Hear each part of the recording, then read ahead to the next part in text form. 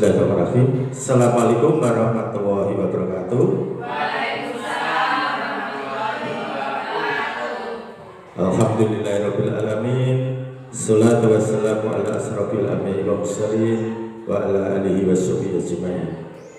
Kepada yang terhormat Ibu Kepala Sekolah SDN Sidoarjo 3, yang saya hormati Bapak Ibu Guru SDN Sidoarjo 3 serta karyawan SDN Sidoarjo 3 yang berbahagia.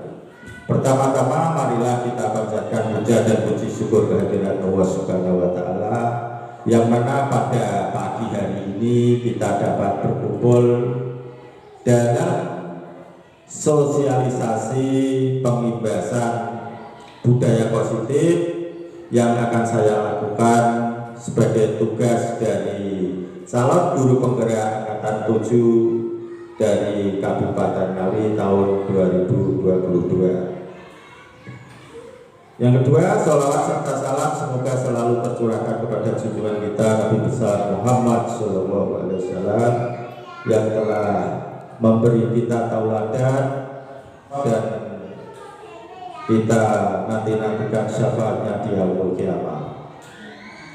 Bapak Ibu yang saya hormati, sebelum pengimbasan ini dimulai, saya mau memperkenalkan diri, yaitu pertama, saya Subroto, calon guru penggerak angkatan 7 dari Kabupaten Ngawi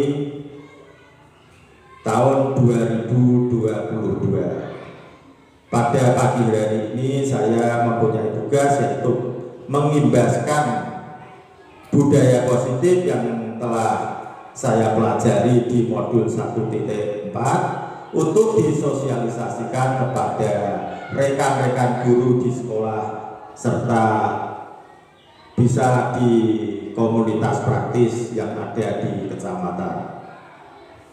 Langsung saja, sebelum pembelajaran ini saya mulai, supaya lebih bersemangat, saya minta tangan kabar pada panjenengan semua. Bagaimana kabarnya hari ini? Alhamdulillah, luar biasa. Yes, oke. Terima kasih untuk mengawali pembelajaran atau pembebasan pada pagi hari ini. Supaya bersemangat, marilah kita sedikit mengadakan gerak tubuh, yaitu moga kepada operator semuanya berdiri nanti mengikuti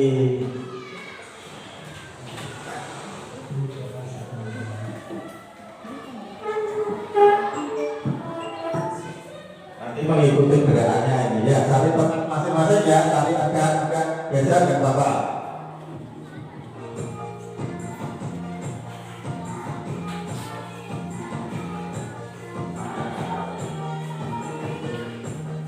Istri agak ke belakang, gak apa-apa istri.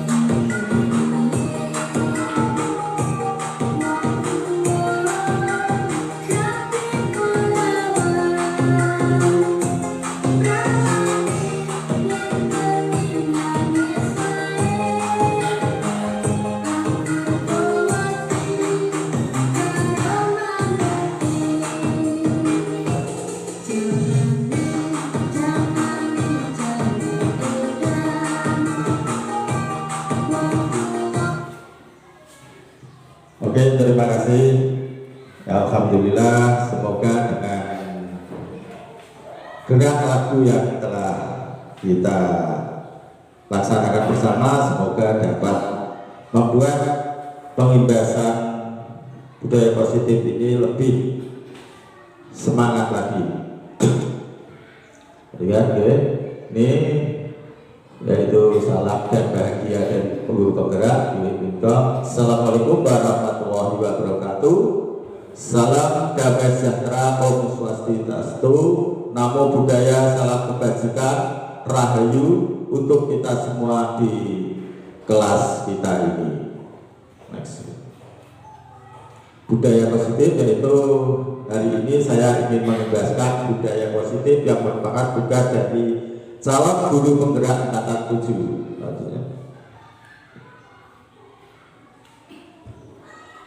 Ya, tadi acara pembukaan, nanti ke atas tadi acaranya yaitu pembukaan, nanti ada kompetensi capaian umum atau capaian khusus, pemahaman inti, explore yang concept, dan yang terakhir refleksi atau mungkin ditambah tanya jawab.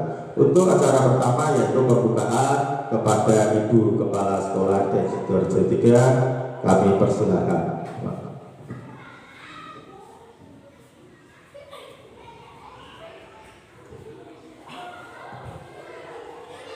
Assalamualaikum warahmatullahi wabarakatuh. Waalaikumsalam warahmatullahi wabarakatuh.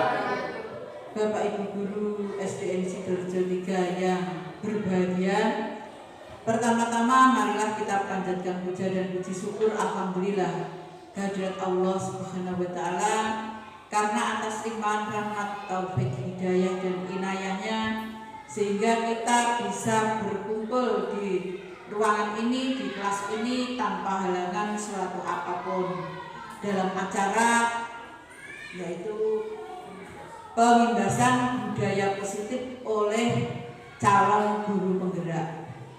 Tak lupa salawat serta salam tercurahkan kepada junjungan kita Nabi besar Nabi Agung Muhammad Sallallahu Alaihi Wasallam yang selalu kita nanti-nantikan syafaatnya di yaumul kiamat nanti.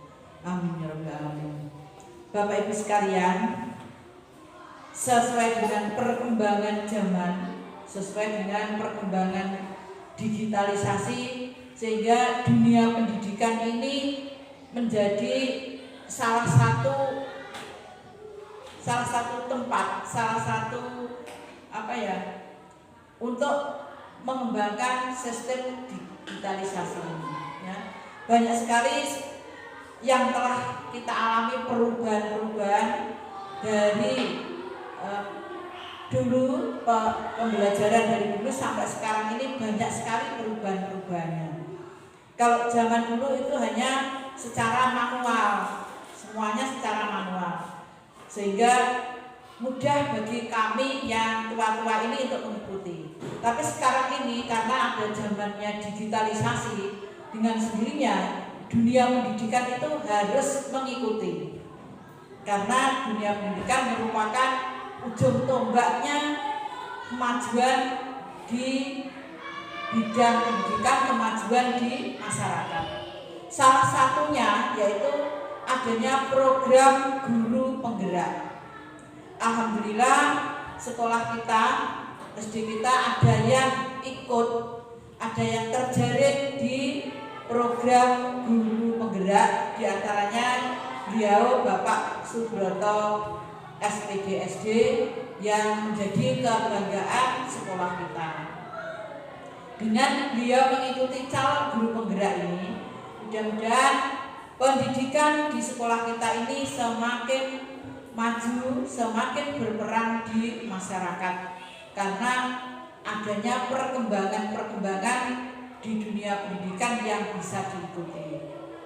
Untuk itu bagi Bapak Ibu guru sekalian yang masih muda-muda, terutama juga untuk adik-adik yang klaker ini, usahakan atau ikuti atau punya semangat nantinya kalau ada perekrutan calon guru penggerak untuk mengikuti.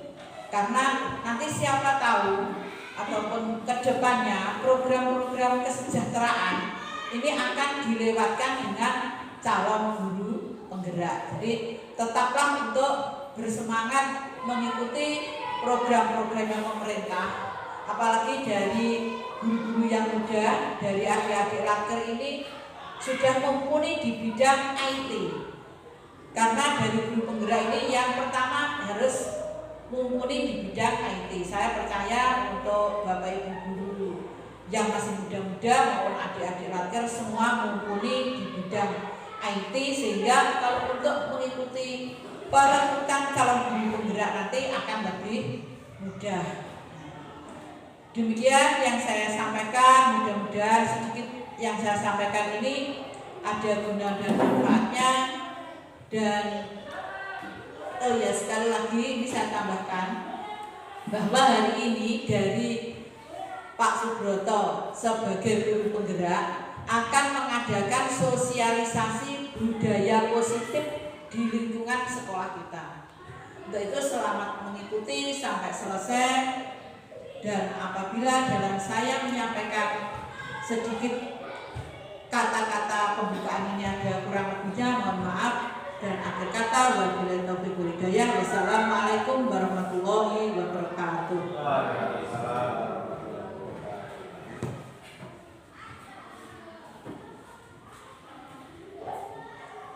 Terima kasih kami sampaikan kepada Ibu Kepala Sekolah yang telah sudi membuka acara pembebasan budaya positif yang saya lakukan sebagai perwakilan dari calon guru penggerak. Selanjutnya yaitu dan setelah pembukaan sudah, selanjutnya kompetensi lulusan, capaian umum dan capaian khusus. Ya, di sini ada kompetensi lulusan yang harus dicapai oleh seorang guru penggerak, yaitu guru penggerak memahami pentingnya mengetahui kebutuhan belajar lingkungan yang memfasilitasi seluruh individu di sekolah agar dapat meningkatkan kompetensi secara aman dan nyaman. Yang kedua yaitu guru penggerak mampu menggerakkan komunitas sekolah, contohnya KKG, ada KKG di sekolah, ada KKG kecamatan, KKG PJOK dan lain-lainnya. Lanjut. Yang kedua yaitu ada kompetensi umum, yaitu memahami konsep pendidikan menurut Ki Hajar Dewantara yang dihubungkan dengan konsep budaya lingkungan positif di sekolah yang berpihak pada murid. Dan kedua yaitu melakukan evaluasi dan refleksi tentang praktek disiplin dalam pendidikan Indonesia secara umum untuk mendapatkan pemahaman baru mengenai konsep disiplin positif untuk menciptakan murid sesuai dengan profil pelajar Pancasila. Dan yang terakhir yaitu memahami peran sebagai guru penggerak untuk membangun budaya positif dengan menerapkan konsep disiplin positif dan berinteraksi dengan murid. Next, lanjut. Nah, di sini ada pertanyaan tematik gunanya untuk memancing atau menstimulus dari Bapak Ibu. Nah, nanti mohon Bapak Ibu menjaga supaya ini pertanyaan pemantik ini apakah Bapak Ibu guru setuju. Nah, ini ada satu yaitu hukuman. Nah, hukuman itu dapat mendisiplinkan siswa. Ini ada pertanyaan pemantik yaitu hukuman dapat, apakah hukuman yang kita laksanakan kepada siswa itu dapat mendisiplinkan siswa? Kira-kira dapat atau tidak? Nah, ya, oke, terima kasih. Menurut Bapak Nur Samsu itu dapat. Nah, yang kedua nanti ini kita akan bahas, tetapi saya mohon penjelasan dari Bapak Nur Samsu sedikit.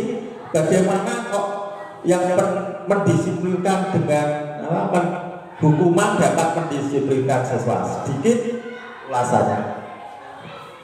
Terima kasih. Menurut saya memberikan hukuman kepada anak akan berdampak positif atau mendisiplinkan anak karena dengan hukuman tersebut anak akan paham bahwa apa yang dilakukan yang tidak disiplin atau tidak benar itu berarti tidak baik untuk dilakukan. Nah, dengan adanya hukuman tersebut, mungkin anak di kesempatan berikutnya di kemudian hari bisa memperbaiki atau mencegah budaya yang kurang disiplin pada dirinya. Terima kasih. Oke, terima kasih jawaban yang sangat bagus dari Bapak Nur Samsu. Memang apa yang disampaikan Bapak Nur Samsu tadi adalah sesuatu yang sudah biasa kita lakukan selama ini. Tetapi setelah belajar calon guru penggerak ini, nanti akan kita bahas pada slide selanjutnya. Ya, itu jawabannya sudah saya terima dulu ya. Nanti apakah jawaban Bapak Nur Samsu tadi sudah tepat atau tidak, itu nanti jawabannya ada di penjelasan. Terima kasih. Yang kedua, pemberian hukuman dengan hal positif seperti membaca, membersihkan halaman sekolah dapat meningkatkan kedisiplinan anak. Kira-kira setuju atau tidak? Setuju. Oke, terima kasih. Selalu setuju, tidak ada yang tidak setuju karena memang hal ini biasa kita lakukan. Sedikit penjelasan dari Ibu Ayu, monggo alasannya. Jadi pemberian hukuman positif seperti membaca, terus anak disuruh membersihkan, itu dapat meningkatkan disiplin. Menurut Pemberian hukuman dengan cara membersihkan halaman sekolah atau membaca, menurut saya itu dapat meningkatkan kedisiplinan anak. Karena membaca dan membersihkan halaman itu adalah perbuatan yang positif, dan itu juga bisa membuat anak menjadi lebih disiplin dalam kegiatan sehari-hari. Kecuali kalau kita menghukumnya dengan cara berlari, mengelilingi lapangan, mungkin itu bisa membuat anak akan menjadi lebih trauma. Tapi kalau hukumannya itu membaca, kan juga akan meningkatkan ilmu pengetahuan anak. Selain itu juga membersihkan halaman itu juga akan berguna untuk anak. Terima kasih Pak, itu menurut saya. Oke, terima kasih dari Ibu Ayu Barat yang telah memberikan alasan yang sangat tepat, dan hal itu memang sudah selayaknya kita lakukan sehari-hari.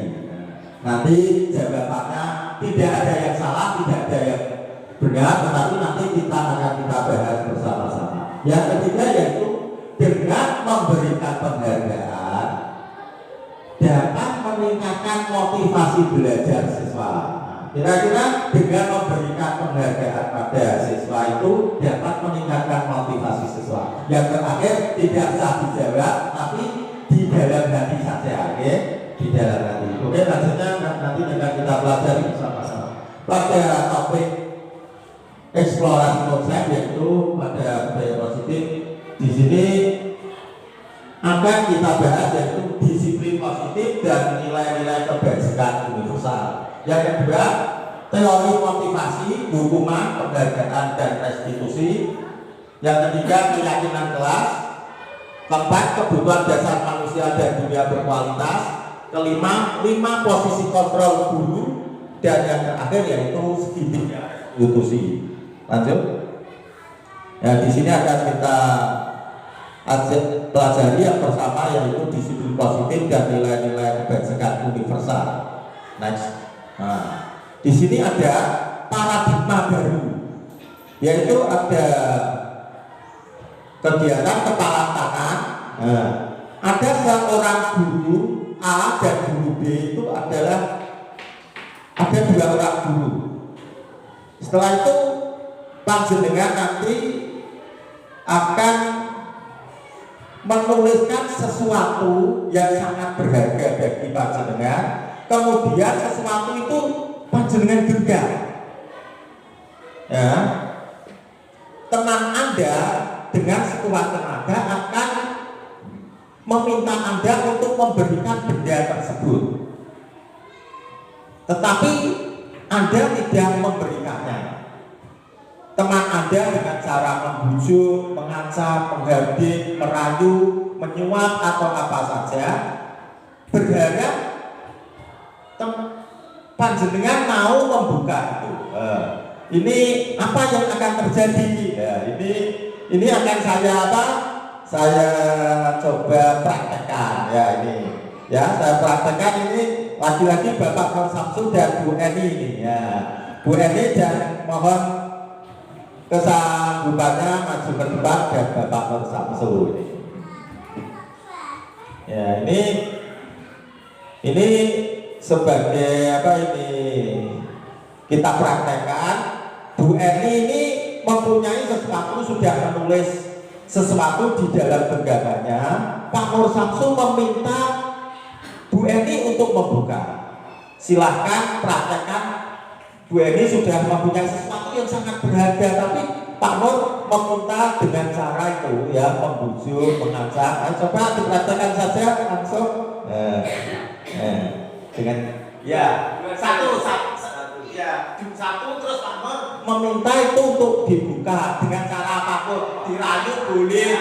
Iya, oke, terima kasih. Oke. Tolong Bu Eni ya, nanti ikuti apa-apa saya. Apa-apa yang saya perintahkan, apa-apa saya minta, tolong diikuti saja. Nggak mau.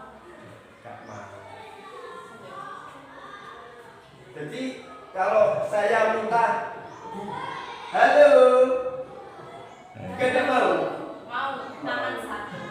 halo, tangan dua, halo.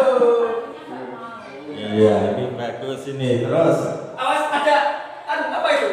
ya, Tidak mau.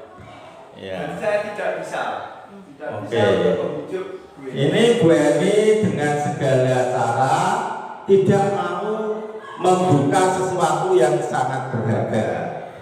Ya. Sebentar, terus masih di situ. Apa yang sudah dilakukan Bapak Nur Samsu dengan cara tadi membujuk, merayu, bahkan menyuap, tetapi Bu Eni tidak mau membuka. Kenapa hal itu terjadi? Oke, terima kasih. Jawabannya akan kita bahas pada slide selanjutnya. Ya, terima kasih. Tepuk tangan untuk beliau berduanya. Oke. Nah, di sini jawabannya ternyata di sini ada perubahan paradigma teori kontrol atau teori pilihan itu adalah sebuah ilusi. Bahwasanya ilusi guru mengontrol murid. Apa yang ada di depan panjenengan tadi yang sudah dipraktekkan Pak Nur Samsu dan Bu Eni, ternyata seandainya guru itu kok dapat mengontrol murid, itu sebuah ilusi, sebuah bayangan saja. Karena yang bisa mengontrol nanti, yang bisa mengontrol siapa? Yang diri kita sendiri. Sebenarnya guru itu tidak mampu mengontrol murid secara, karena hal itu secara ekstrinsik dari luar. Nanti akan kita pelajari. Yang kedua, ilusi bahwa kritik membuat orang merasa bersalah dapat menguatkan karakter. Jadi dengan cara mengkritik membuat orang dapat merasa bersalah itu dapat menguatkan karakter, itu adalah sesuatu yang tidak benar. Yang ketiga yaitu semua penguatan positif, efektif dan bermanfaat itu adalah sebuah ilusi. Seperti pertanyaan yang tadi Bu Ayu tadi saya sampaikan bahwa penguatan positif dan efektif itu atau bermanfaat itu adalah sebuah ilusi. Yang keempat yaitu ilusi bahwa orang dewasa memiliki hak untuk memaksa. Next, Mbak. Nah, di sini ada perubahan paradigma stimulus teori kontrol itu. Siapa sesungguhnya yang memiliki kontrol? Nah, ini stimulus responnya kita mencoba mengubah orang agar berpandangan sama dengan kita. Tetapi menurut teori kontrol, kita itu harus berusaha memahami pandangan orang lain dengan dunia, tentang dunia. Jadi teori kontrol itu memang berbeda dengan stimulus respon. Yang kedua yaitu perilaku buruk dilihat sebuah suatu kesalahan. Tetapi kalau teori kontrol seorang guru yaitu semua perilaku siswa, semua perilaku manusia itu mempunyai tujuan. Yang ketiga yaitu orang lain bisa mengontrol saya. Tapi di teori kontrol hanya Anda yang bisa mengontrol diri Anda sendiri. Saya bisa mengontrol orang lain. Teori kontrolnya Anda tidak bisa mengontrol orang lain. Kadang-kala seorang guru mengontrol siswa harus begini. Ternyata pada teori kontrol itu tidak bisa. Yang bisa hanya kita mengarahkan, kita menuntut siswa supaya timbul kesadaran secara intrinsik, kesadaran dari dalam diri kita masing-masing. Yang selanjutnya pemaksaan pada saat bujukan gagal, yaitu memaksa pada saat bujukan gagal seperti yang dilakukan Pak Nur, bahwa membujuk sudah gagal, maka seorang guru biasanya memaksa murid untuk mengikuti apa kehendak guru. Tetapi dalam teori kontrol itu kolaborasi dan konsensus menciptakan pilihan-pilihan baru. Model berpikir menang kalah, kalau itu siapa yang menang, siapa yang kalah. Tetapi kalau di teori kontrol yaitu model berpikir menang-menang atau win-win solution. Lanjutnya, di sini ada teori kontrol menurut Dr. William Glasser. Di sini Anda tidak bisa mengontrol orang lain, hanya Anda yang bisa mengontrol diri Anda. Maka disiplin kontrol itu belajar kontrol diri dengan menggali potensi kita agar tercipta tujuan mulia, yaitu sesuatu menjadi seseorang yang kita inginkan berdasarkan nilai-nilai yang kita hargai. Yang kedua, semua perilaku manusia itu mempunyai tujuan, yaitu ada teori motivasi di sini, yaitu teori motivasi itu terdiri dari 3, yaitu 1, seseorang melakukan kegiatan itu untuk menghindari hukuman. Yang kedua, melakukan sesuatu untuk mendapatkan imbalan. Dan yang ketiga yaitu melakukan sesuatu untuk menghargai dirinya sendiri. Itulah yang istilahnya yang terbaik, yaitu motivasi. Karena tadi ada 3 tadi dibagi menjadi 2. Motivasi ekstrinsik, yaitu yang dari luar tadi menghindari hukuman. Siswa melakukan sesuatu itu takut kalau dihukum, maka itu adalah motivasi intrinsik. Siswa melakukan sesuatu supaya mendapat hadiah, supaya mendapat imbalan, itu pun disebut motivasi intrinsik. Yang ketiga yaitu motivasi yang dari dalam, yaitu motivasi intrinsik, yaitu menghargai diri. Jadi melakukan sesuatu supaya dirinya ini berharga, yaitu dengan nilai-nilai kebajikan universal, dengan langkah keyakinan kelas yang kita buat menjadi kesepakatan kelas bersama-sama. Selanjutnya model berpikir menang-menang atau win-win solution, kolaborasi, konsensus menciptakan pilihan baru. Di sini ada 5 posisi kontrol seorang guru, yaitu 1, penghukum, pembuat rasa bersalah sebagai teman, pemantau, dan manajer. Di sini nanti ada manajer itu dengan langkah segitiga restitusi, yaitu menstabilkan identitas langkahnya. Yang kedua, validasi kebutuhan, menanyakan keyakinan kelas. Dan yang selanjutnya, realitas atau kebutuhan kita berbeda. Kita berusaha memahami pandangan orang lain tentang dunia. Setiap orang memiliki gambaran berbeda. Kebutuhan manusia, kebutuhan dasar manusia itu ada 5, yaitu 1, bertahan hidup, penguasaan, kasih sayang dan rasa diterima, kesenangan dan kebebasan. Lanjut. Apa yang makna dari disiplin? Ini makna dari disiplin yang berarti berasal dari kata bahasa Latin disiplina, yang artinya belajar. Makna dari ini berkonotasi dengan disiplin secara murid-murid secara dari Sokrates dan Plato. Disiplin membuat orang menggali potensinya menuju sebuah tujuan apa yang dia hargai. Namun dalam budaya kita, dalam budaya Indonesia yang sudah berjalan ini, kata disiplin telah berubah menjadi sesuatu yang dilakukan seseorang pada orang lain untuk mendapatkan kepatuhan. Jadi sudah berubah, padahal disiplin itu adalah belajar. Tetapi yang sudah kita lalui dalam pembelajaran di Indonesia itu sesuatu yang dilakukan seseorang pada orang lain untuk mendapatkan kepatuhan. Makanya apa yang disampaikan Bapak Korsamsu tadi, bahwa disiplin hukuman itu dapat membuat anak lebih disiplin, lebih baik. Itu apa yang sudah kita lakukan selama ini ternyata yaitu, padahal itu menurut teori ini Sokrates dan Plato itu tidak begitu, ya. Yaitu kecenderungan umum adalah mengembangkan kata disiplin dengan, jadi kalau di Indonesia itu disiplin ini sebuah ketidaknyamanan, bukan dengan apa yang kita hargai atau pencapaian suatu tujuan mulia, tetapi lebih pada takut dan hukuman. Oke, lanjutnya. Ya, ini ada nilai-nilai kebajikan universal, yaitu nilai kebajikan adalah sifat apa kalau nilai kebajikan itu? Sifat-sifat positif manusia yang merupakan tujuan mulia yang ingin dicapai setiap individu. Nilai tersebut bersifat universal, lintas bahasa, suku bangsa, agama maupun latar belakang.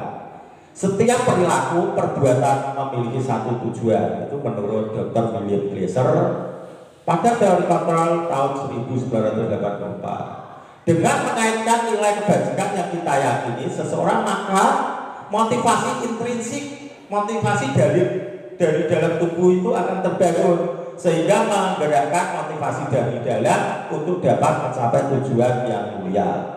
Yang selanjutnya, nilai kebajikan yang ingin dicapai setiap anak Indonesia ini dikenal dengan profil pelajar Pancasila yang terdiri dari ini, ada berapa? Ada 6, ya. 1. Beriman dan bertakwa kepada Tuhan Yang Maha Esa dan berakhlak mulia, mandiri, bernalar kritis, berkebinekaan global, bergotong royong dan kreatif. Lanjut. Yang kedua selanjutnya yaitu teori motivasi hukuman, penghargaan dan restitusi. Oke, teori motivasi perilaku manusia ini.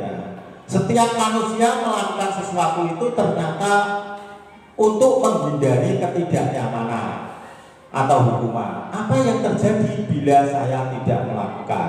Maka itu termasuk motivasi dari mana? Dari luar, takut.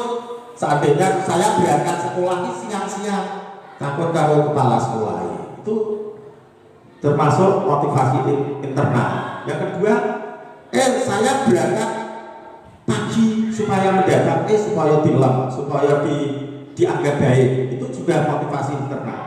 Yang paling baik adalah ini tujuan disiplin positif, menghargai diri sendiri. Saya akan menjadi orang seperti apa bila saya melakukan itu. Maka saya kalau berangkat pagi, kita itu ya kalau agama Islam betul, semua itu tergantung dari niatnya, gitu. Niatnya. Saya berangkat pagi memang saya ingin menjadi guru yang baik. Saya mengajar disiplin anak, memang saya ingin menjadi. Aku gak pengen didelok Pak A atau Pak B atau si C, ya. Tetapi memang saya ingin menjadi diri saya sendiri menjadi hal yang baik. Lanjutnya, nah ini menurut Ki Hajar Dewantara, Bapak Pendidikan Nasional kita, yaitu merdeka, yaitu pembelajaran kita sesuai dengan undang-undang Dinas, bahwa kita ini ingin menjadikan pembelajaran yang merdeka. Merdeka artinya tidak terlepas dari perintah, akan tetapi juga cakap memerintah dirinya sendiri. Nah, seperti guyonane merdeka belajar berarti ya karpe dhewe mboten ternyata ya. Merdeka belajar artinya kita itu tetap belajar sesuai dengan karakter profil pelajar Pancasila, sesuai dengan lingkungan kita. Nah, ini tadi yang hukuman dan penghargaan yang sudah saya tanyakan kepada Bapak Ibu. Ini di sini akan ada jawabannya, bahwa penghargaan berlaku sama dengan hukuman, dalam arti meminta atau membujuk seseorang melakukan sesuatu yang memenuhi suatu tujuan tertentu dari apa yang meminta atau membujuk. Dorongannya eksternal dan akan ada faktor ketergantungan. Beberapa dampak dari penghargaan tersebut adalah pengaruh jangka pendek dan jangka panjang. Penghargaan itu ada menghukum, penghargaan mengurangi ketepatan, penghargaan tidak efektif, dan penghargaan merusak hubungan. Bawah Bu. Oke, lanjut. Nah, Ini ada lagi dihukum dengan penghargaan menurunkan kualitas. Maksudnya gimana? Dengan penghargaan itu, seseorang kalau ada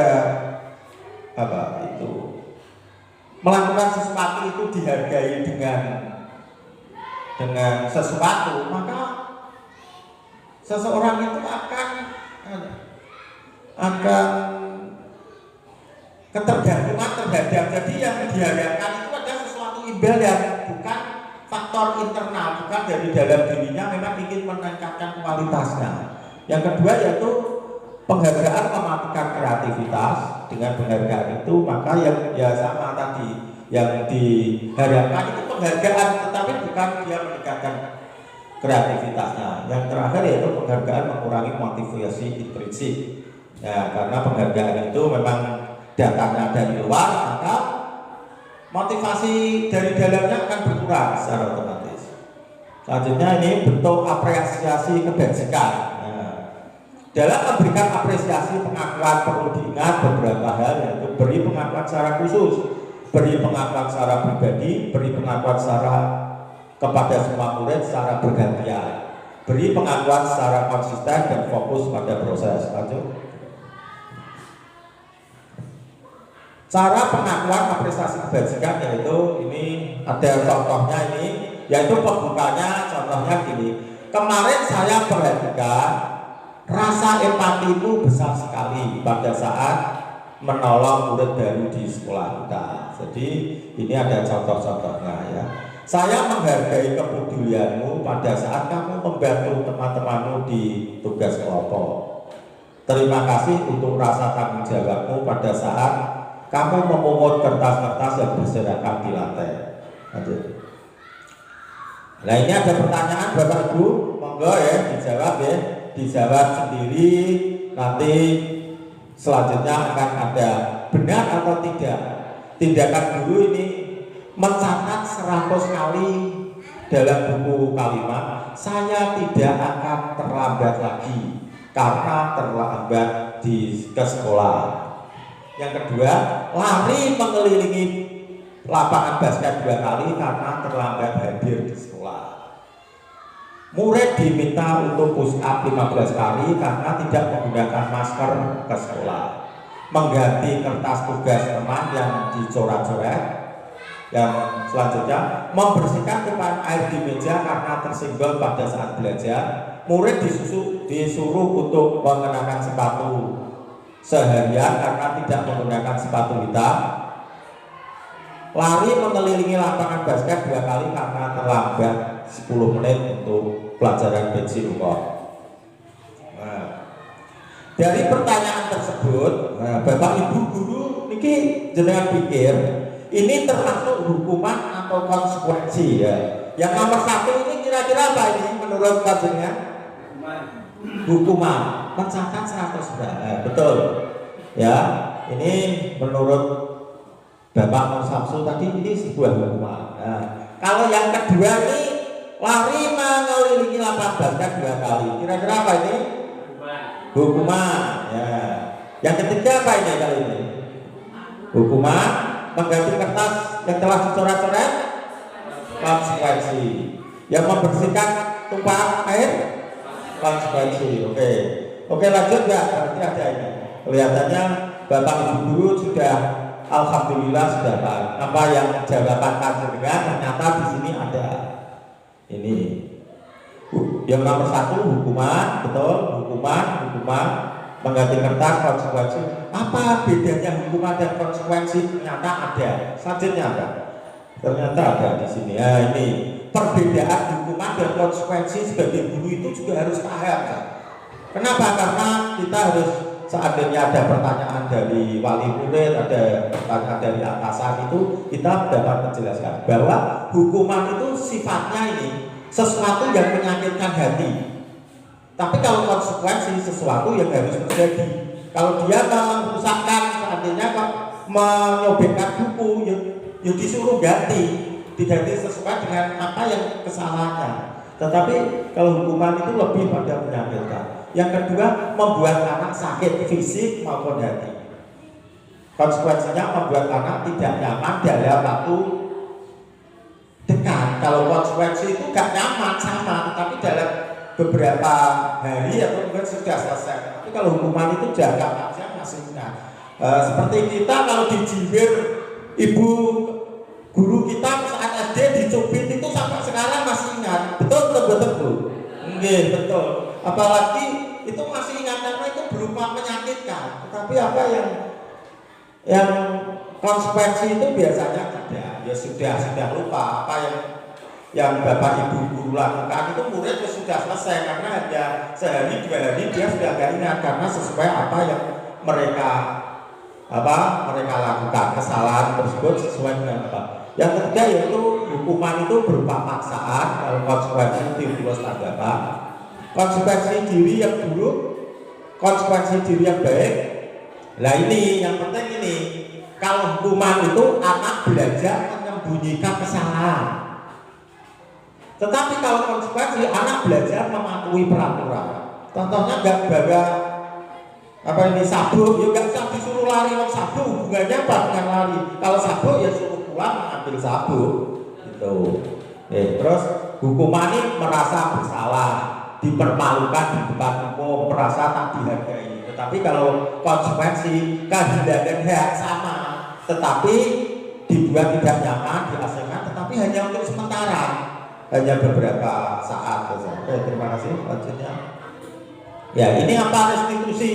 Mungkin Pak Jenengan baru saya sendiri yang belajar ini baru tahu apa itu restitusi. Ada proses menciptakan kondisi bagi siswa untuk memperbaiki kesalahan mereka sehingga mereka bisa kembali pada kelompok mereka dengan karakter yang lebih kuat. Restitusi juga merupakan proses kolaboratif yang mengajarkan murid untuk mencari solusi pada masalah mereka dan membuat murid berpikir tentang orang seperti apa yang ingin saya capai, yaitu menjadi tujuan kuliah dan bagaimana mereka harus memperlakukan orang lain. Lanjutnya.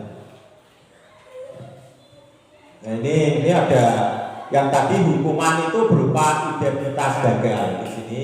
Hukuman itu identitas gagal, kalau teori kontrol itu identitas sukses. Yaitu apa cirinya ini? Sesuatu yang menyakitkan, sesuatu yang harus terjadi.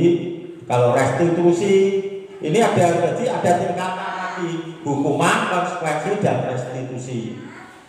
Nanti akan kita pelajari. Restitusi merupakan pilihan, jadi merupakan faktor intrinsik. Tidak nyaman untuk anak untuk jangka panjang. Kalau hukum konsekuensi jangkanya jangka pendek, tapi kalau restitusi menguatkan anak dalam jangka panjang. Nah, berbeda lagi. Korban mendapat keadilan, kalau korban bisa diabaikan.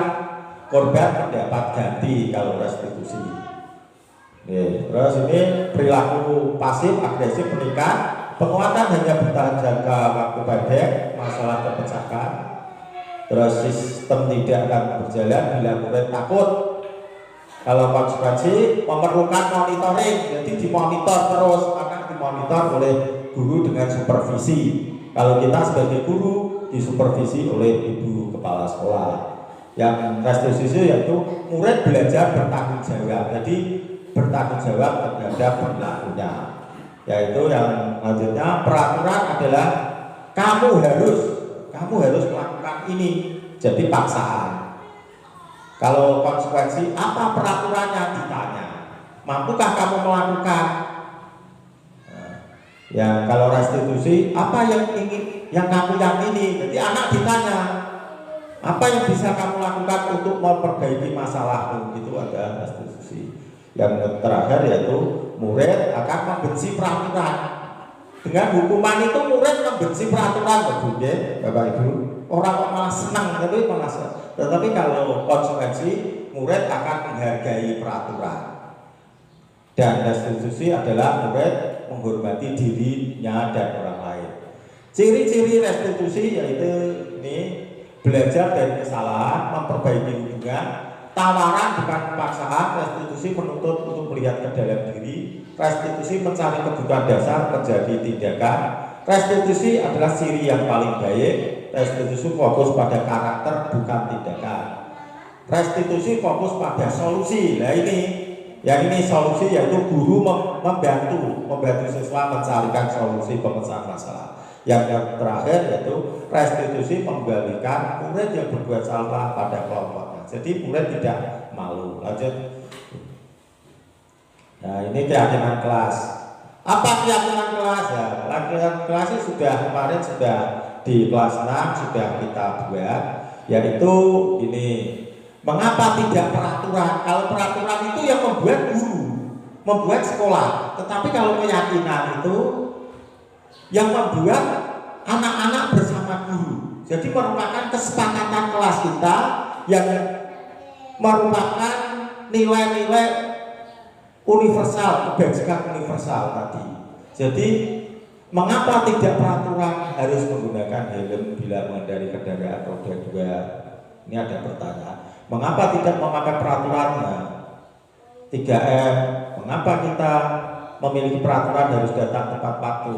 Untuk mendukung motivasi intrinsik kembali ke nilai-nilai kebajikan universal atau keyakinan yang lebih menggerakkan seseorang dibanding mengikuti serangkaian peraturan. Jadi membangun faktor intrinsik, yaitu membangun faktor dari dalam anak-anak. Lanjut. Ini lanjut. Ini ada apa? Peraturan kelas paling kecil ya. Oke, terus ada ini mana yang merupakan keyakinan kelas? Nah, ini ada pertanyaan. Mengapa? Ini ada kesepakatan kelas. Ini sama-sama kesepakatan kelas. Datang tepat waktu dan mengucapkan salam, menjaga kebersihan sekolah, berdoa sebelum dan sesudah kegiatan, aktif dalam pembelajaran, tertib. Ini sama, kelihatannya sama, tetapi yang sebelah kiri kami guru dan murid yang saling menghargai. Ya, saling menghargai itu merupakan nilai kebajikan universal. Kami murid yang semangat belajar, semangat. Kami murid yang peduli dengan teman-teman. Jika ada temannya sakit, temannya membutuhkan, maka murid punya empati. Lanjut Bu. Ya, ini pendalaman keyakinan kelas, ada tabel T, ada tabel Y, yaitu hormat, yaitu kami meyakini bahwa sangat penting untuk menghormati semua orang lain dan barang milik orang lain. Kami meyakini bahwa sangat penting untuk mengerjakan segala pekerjaan mengikuti kegiatan yang ditugaskan. Kami meyakini bahwa sangat penting untuk merasa diterima pada suatu kelompok, saling peduli satu dengan yang lain. Lanjut. Ya, ini sama kayak kegiatan pendalaman keyakinan kelas kedua, yaitu hormat, yaitu berempati. Ini kalau terlihat, maksudnya terlihat itu berempati, jadi kelihatan. Kelihatan berempati terhadap perasaan orang lain. Jadi siswa itu mempunyai empati, mempunyai rasa apa? Rasa merasakan, ya, memegang barang milik orang lain harus dengan izinnya, jadi tidak sembarangan, tidak seenaknya. Mendengarkan dengan seksama, senantiasa berbuat baik dan berbagi. Jika mau Pak Nur. Yang terdengar bagaimana? Satu orang berbicara, yuk saya bantu. Jadi kita bisa selesaikan ini bersama. Terima kasih, permisi. Jadi suara-suara itu yang terdengar. Kalau hormat itu datang tepat waktu, sering terlambat. Nah, kalau kalian menyapa teman dan guru setiap hari, acuh tak acuh. Jadi kalau tidak menghormati, acuh tak acuh. Ya, kalau hormat mengembalikan barang yang telah dipijak dan mengucapkan terima kasih. Kalau tidak menghormati, tidak mengembalikan barang yang telah dipijak dan meletakkan sembarangan. Oke, lanjut Bu. Nah, ini ada pertanyaan lagi Bapak Ibu, ya, yaitu apakah ini peraturan atau keyakinan kelas? Ya, panjenengan bisa menjawab di apa? Secara pribadi, ya. Kira-kira ini satu, yaitu kalau peraturan selalu kembalikan buku ke tempatnya, dilarang mengganggu orang lain, hadir di kelas 15 menit sebelum pembelajaran dimulai, dilarang melakukan kekerasan, dilarang menggunakan narkoba, bergantian menunggu giliran, gunakan masker, jangan berlari di kelas atau koridor. Keyakinan kelasnya bagaimana? Nah, lanjut Bu. Nah, ini yaitu kalau keyakinan kelas itu, kalau tadi peraturannya itu mengembalikan dulu buku ke tempatnya, tetapi kalau keyakinan kelas itu merupakan bentuk tanggung jawab. Jadi keyakinan kelas itu sudah lebih luas dan datang dari diri kita masing-masing. Terus dilarang mengganggu. Kalau peraturan ini dilarang berarti faktor eksternal. Peraturan ini pokoknya semua ini faktor eksternal. Tetapi kalau keyakinan kelas faktornya ada internal. Jadi menghormati orang lain, datang dari diri sendiri. Hadir 15 menit sebelum pembelajaran dimulai. Kalau tidak pasti mendapat apa? Hukuman biasanya kalau peraturan. Tapi kalau keyakinan kelas menghormati. Kalau sudah menjadi komitmen kita sebagai murid, sebagai bapak ibu guru, sebagai kepala sekolah, kita komitmen berangkatnya jam berapa, kita laksanakan. Jadi bukan karena takut tadi, tetapi karena komitmen kita. Yang selanjutnya yaitu dilarang melakukan kekerasan. Kalau keyakinan kelas yaitu demi keselamatan, menghargai, menghormati orang lain. Tidak memakai narkoba. Kalau keyakinan kelas memang menjaga kesehatan. Bergantian bergiliran menghormati orang lain, gunakan masker. Karena keyakinan kelas yaitu kesehatan dan keselamatan. Jadi kalau gunakan masker ini bukan karena takut, tapi karena sudah sadar diri bahwa kesehatan saya ini merupakan tanggung jawab saya sendiri. Lanjut Bu. Ya, ini kebutuhan dasar manusia. Seperti yang saya sampaikan tadi, kebutuhan dasar manusia ada 5, ya, yaitu 1, bertahan hidup. Nah, jadi manusia hidup itu ada kebutuhan dasar yang tidak bisa diganggu. Yang kedua yaitu penguasaan. Jadi orang hidup itu memang mempunyai sifat ingin berkuasa, itu sudah manusiawi, memang sudah kebutuhan dasar. Kebutuhan dasar ini diciptakan Allah itu memang kita itu 1 ya bertahan hidup, 2 penguasaan. Yang juga memang kita ingin bebas. Sebagai manusia pengen bebas, ditekan nggak seneng ya. Murid juga sama, ditekan itu tidak suka, karena memang itu kita sifatnya itu manusia itu pengen bebas. Yang kedua kesenangan. Nah, kesenangan itu hobi. Apa kesenangan kita? Kesenangan yang positif. Dan yang terakhir yaitu kasih sayang dan dapat diterima. Nah, kasih sayang dikasih sayang orang lain bisa diterima di sana sini karena dengan kebaikan kita. Lanjut Bu. Nah, ini yang posisi kontrol seorang guru ini ya. Lanjut Bu. Nah, ini ada 5 posisi kontrol ya. 1, penghukum. Nah, sebagai guru ini yang penting ini Bu. Tolong ini ya sangat penting buat saya, buat panjenengan semua, yaitu ada 5 posisi kontrol, yaitu sebagai penghukum, pembuat merasa bersalah, sebagai teman, sebagai pemantau, dan sebagai manajer. Apa beda nih? Setelah belajar STGP ini saya pun ya baru mengetahui ternyata penghukum, guru sebagai penghukum dan pembuat rasa bersalah. Jadi anak-anak kadang kita bangga membuat anak itu merasa bersalah. Ternyata itu merupakan identitas yang gagal. Identitas karena kontrolnya dari luar. Kontrol yang dari, terus ada lagi kontrol berhasil, identitas berhasil, yaitu guru itu memposisikan sebagai teman dan sebagai pemantau. Itu pun masih kontrol dari luar. Dan yang paling bagus adalah identitas berhasil atau sukses, kontrol dari diri sendiri. Ini contohnya, biasanya penghukum itu memberi hukuman. Penghukum dan rasa bersalah itu guru cenderung memberi hukuman. Kalau identitas teman, posisi teman dan pemantau, guru biasanya siswa itu mengharapkan imbalan atau ketergantungan pada orang lain.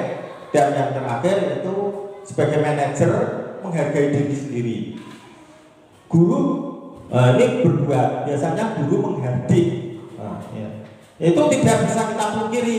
Memang kita kadang jengkel karo murid, dengan itu jengkel ya. Jengkel dengan murid kadang kita ya pernah juga menghardik, ternyata itu ya kalau di sini kurang pas. Itu biasanya guru menghardik, menuju, menyakiti, menyindir. Pembuat salah yaitu ceramah dan mengatakan seharusnya kecewa bapak, kecewa dengan sikap kamu.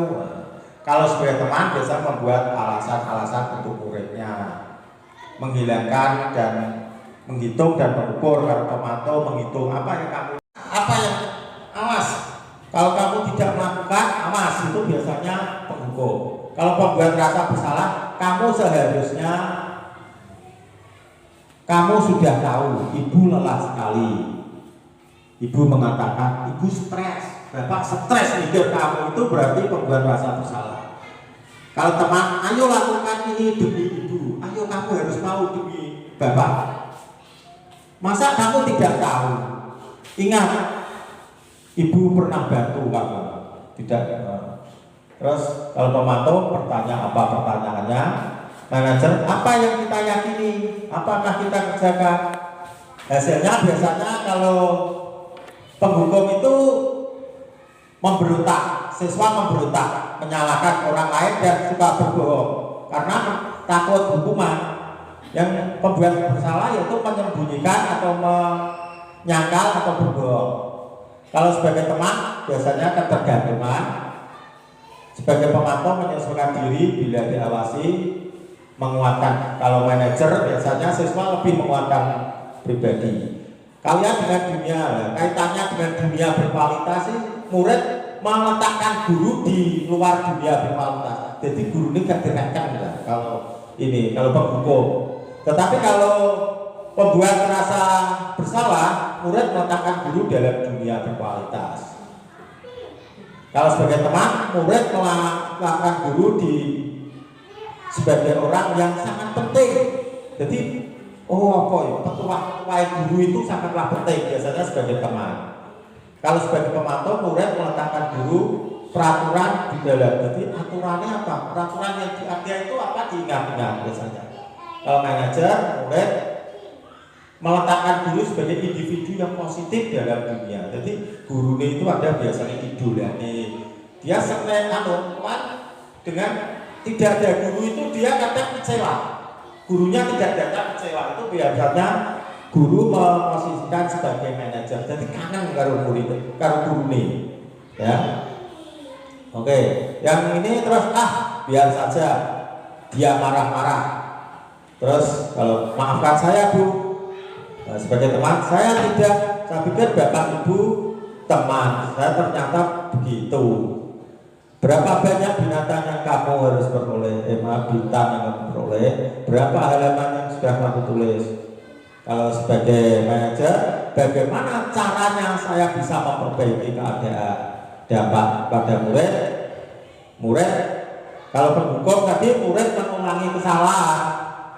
Kalau rasa bersalah, murid merasa rendah. Kalau sebagai teman lemah, tidak mandiri, tergantung pada gurunya. Kalau pemantau yaitu menitik beratkan pada sanksi atau hadiah, tidak sanksi tapi hadiah. Tapi kalau sebagai manajer mengevaluasi diri, bagaimana cara memperbaiki diri tersebut. Lanjut. Nah ini pertanyaannya, tugasnya ini. Pertanyaan, saya kecewa sekali dengan kamu, membuat rasa bersalah. Kamu tidak pernah benar melakukannya, maka guru itu biasanya sebagai penghukum. Ayolah lakukan ini demi ibu, demi bapak. Saya berarti guru melakukan posisi sebagai teman. Apa yang kamu dapatkan? Stiker bintang hari ini biasanya untuk murid kelas rendah, biasa pemantau. Bagaimana kamu bisa menyelesaikan masalah ini, manajer? Sebagai manajer dan penghukum lagi ini, kamu selalu berdua melakukan tugas paling akhir. Lanjutnya, sini ya, bergerak lanjut. Oke, ini yang terakhir yaitu segitiga restitusi. Bu ini segitiga restitusi itu apa? Nah ini yang terakhir segitiga konstitusi, yaitu merupakan langkah seorang manajer dalam mengatasi sebuah permasalahan di sekolah. Manajer maksudnya seorang guru itu melaksanakan, manajer bukan kepala sekolahnya, ya, manajer bukan, tapi guru itu melakukan tugasnya itu seakan-akan sebagai manajer. Yaitu ini langkahnya ini menstabilkan identitas, memvalidasi kebutuhan, dan menanyakan keyakinan. Contohnya bagaimana menstabilkan identitas itu, yaitu setiap orang pasti pernah melakukan kesalahan. Dengan kata-kata itu guru bicara, yaitu kamu bukan satu-satunya yang pernah melakukan kesalahan. Ini bisa kita lakukan pada murid, pada anak kita di rumah juga bisa ya. Yang kedua, validitas kebutuhan. Ini gimana? Adakah cara yang lebih efektif untuk mendapatkan apa yang kamu butuhkan? Atau kamu tentu punya alasan mengapa kamu melakukan hal itu. Jadi anak-anak kita kalau melakukan kesalahan itu jangan kita justifikasi, kita hakimi jangan, tapi kita tanya, kenapa kamu melakukan hal itu? Pasti kamu punya alasannya apa? Setelah itu ditanya, terus nilai-nilai apa? Maksudnya nilai-nilai apa yang telah kita sepakati, yaitu nilai kebajikan universal. Terus kamu ingin ditanya lagi, kamu ingin menjadi orang yang seperti apa? Supaya faktor intrinsik tadi akan muncul. Lanjut. Nah, ini menstabilkan identitas guru. Biasanya guru berkatanya ini bisa kita laksanakan pada murid kita atau pada anak-anak kita di rumah. Berbuat salah itu hal yang manusiawi. Supaya apa? Supaya anak kita yang di rumah atau siswa kita itu tidak merasa lemah atau merasa aku paling jelek di dunia, tidak. Tetapi berbuat salah itu memang manusia itu tempatnya salah, tapi kamu harus bisa memperbaiki ya. Terus tidak ada manusia yang sempurna, jadi dikuatkan lagi. Karena memang namanya anak murid itu berbuat salah, ya jangan kita dianggap artinya kesalahan itu sebuah selamanya kan tidak, karena memang manusia ini kan setiap saat berubah. Bapak Ibu juga berbuat salah, artinya kita kuatkan. Bapak dan Ibu ini juga pernah berbuat salah. Kita pasti bisa menyelesaikan permasalahan ini. Bapak Ibu tidak tertarik mencari siapa yang benar. Jadi kalau ada anak bertengkar, tidak jangan dicari sopo sing salah, sopo sing benar, gak penting. Tapi kita selesaikan, gak perlu. Itu artinya menguatkan anak supaya anak yang salah itu tidak rendah diri. Ya, terus siapa yang salah, siapa yang tidak tertarik. Terus bapak dan ibu tertarik untuk menyelesaikan permasalahannya. Itu yang lebih, artinya yang kita bahas itu piye toh permasalahan tersebut kita selesaikan. Kamu jangan menyalahkan dirimu sendiri terus. Apakah kamu bersikap baik pada dirimu? Lanjut Bu. Ini validitas kebutuhan, validasi kebutuhan. Nah, pada dasarnya setiap tindakan manusia tadi memenuhi kebutuhan dasar. Tadi ada 5 kebutuhan dasar, tadi bertahan hidup, ingin diterima, ingin penguasaan. Nah tadi ya, nah itu ada yang penguasaan, kebebasan, kasih sayang, rasa diterima, kesenangan, dan bertahan hidup. Jadi setiap anak, setiap siswa melakukan kegiatan itu pasti ada tujuannya. Di sini guru bisa saja melakukan, nah, kamu bisa saja melakukan hal yang lebih buruk, tapi kamu tidak melakukannya. Kamu pasti punya alasan mengapa kamu melakukannya. Apa yang penting buat kamu? Kamu boleh tetap berusaha menjaga sikap itu, tapi tambahkan sikap yang lain yang baru, artinya sikap yang baik. Maukah kamu belajar cara lain untuk mendapatkan yang kamu putuskan tanpa harus memukul? Biasanya kalau bertengkar ditanya, nah, tanpa harus memukul kan ada cara lain, dengan yang lebih baik lagi. Apakah kamu bisa melakukan dengan lebih baik lagi pada besok hari? Oke, lanjut.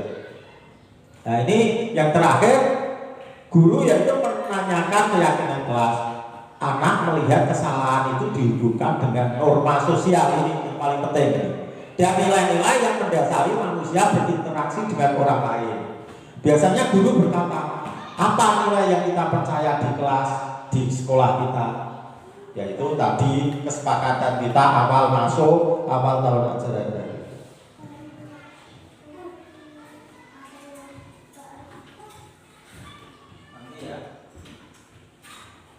Terus selanjutnya ini nilai-nilai universal apa yang telah kita sepakati. Kelas yang ideal itu seperti apa sih? Kamu ingin menjadi anak seperti apa sih? Ini pertanyaan keyakinan kelas. Apa yang kamu rasakan ketika kamu melakukan hal itu? Kamu menjadi orang seperti apa? Oke, lanjut. Oke, Bu. Ini kelihatannya oke. Terima kasih. Ini ada intervensi ya. Intervensi 30 detik. Intervensi ini bisa membantu murid kembali ke tujuan sekolah dengan cukup sikap dengan cara non konfrontatif. Pertanyaan-pertanyaan yang diajukan biasanya dikemukakan oleh seorang pemantau atau manajer. Apa saja pertanyaannya biasanya ini?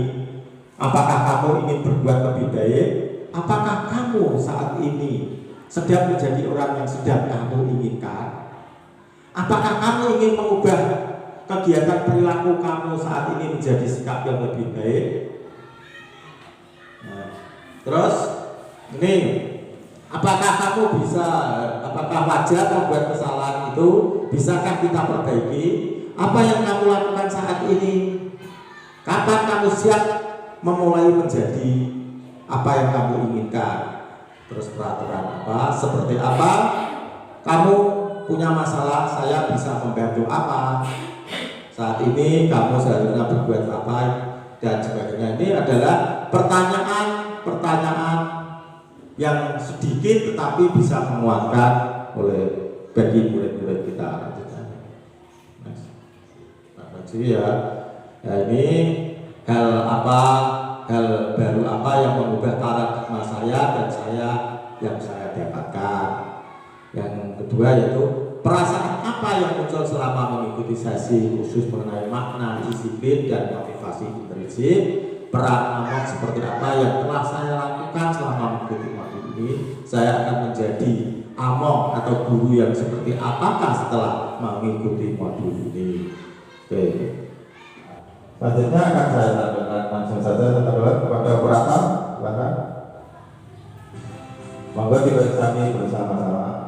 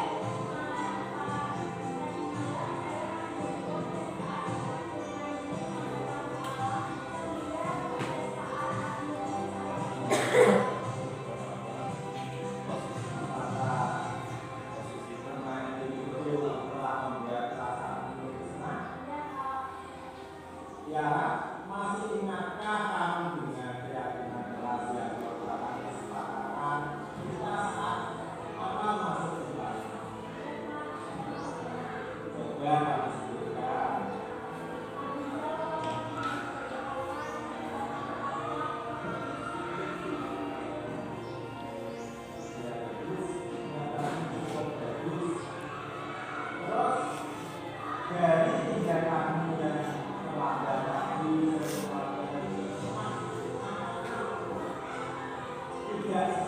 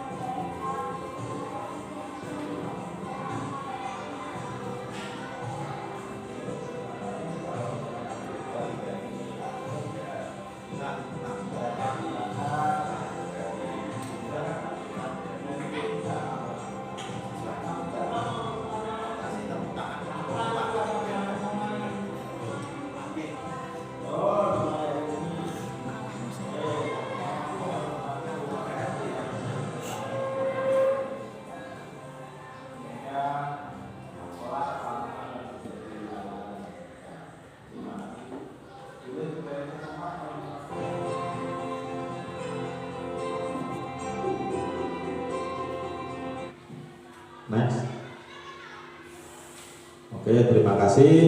Demikian yang dapat saya sampaikan pengimbasan budaya positif untuk rekan-rekan guru di SDN Sidoarjo 3 ini.